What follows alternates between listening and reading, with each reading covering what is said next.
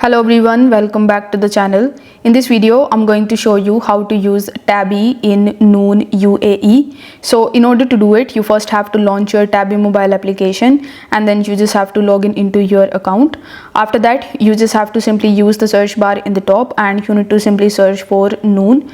Now once you are able to find it over here, you need to simply tap on it and then it will show you two different options with the help of which you can basically use Tabby in Noon. In the first method, you can use it on the official website of Noon, or you can even use it in store.